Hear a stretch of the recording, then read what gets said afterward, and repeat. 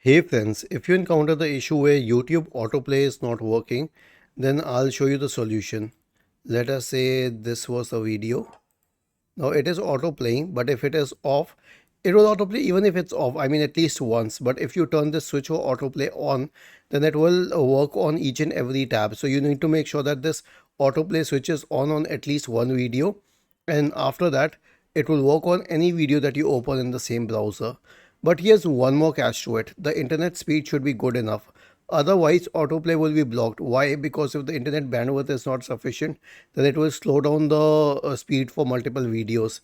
So go to fast.com and hit enter and check the internet speed here. Is it good enough to play multiple videos in multiple tabs? And if not, then at least close a few tabs, limited to 2 or 3. Was this helpful? If yes, then please subscribe to the channel. If not, then let us know in the comment section of the video on how we could help you further. Thank you for watching this video and have a nice day.